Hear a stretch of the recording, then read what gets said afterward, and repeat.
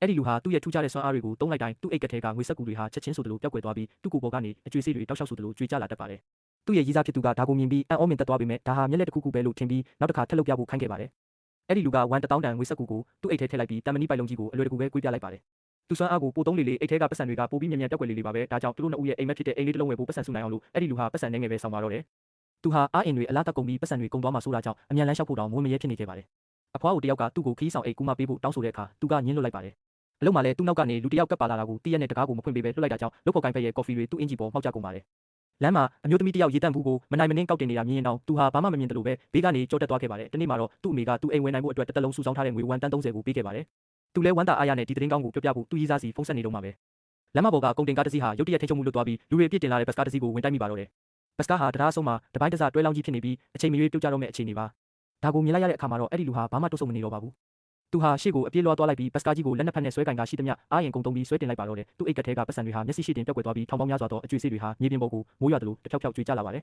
။နောက်ဆုံးမှာတော့သူဟာဘတ်ကားကြီးကိုဘေးကင်းရာစီဆွဲတင်နိုင်ခဲ့ပါတယ်။ဒါပေမဲ့အားလုံးပြီးဆုံးသွားချိန်မှာတော့သူ့အမေတစ်သက်လုံးစုဆောင်းပေးထားသမျှငွေတွေအားလုံးဟာလည်းပြောင်းတလင်းခါပျောက်ကွယ်သွားခဲ့ပါပြီ။